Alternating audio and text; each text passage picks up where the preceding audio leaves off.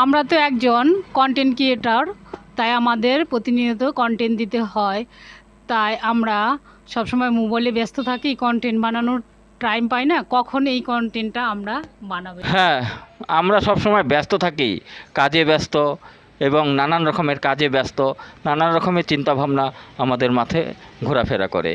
তাই আমরা যখন খেতে বসবো তখন আমাদের স্থির মনোভাব এসে যায় এবং তখনই আমরা একটা সুন্দর চিন্তা করে একটা কিছু করতে পারি।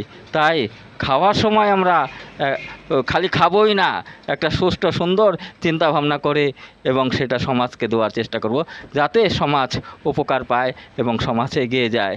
তাই আমরা খাওয়ার সময় টুকু আমরা অসৎ কাজে ব্যবহার করব না, শুভ চিন্তা করে শুভ একটা জিনিস আমরা মনের মধ্যে নিয়ে আসব এবং সেটা আমরা ব্রেনে স্টক করে রাখবো, তারপরে আমরা সেটাকে ছাড়বো।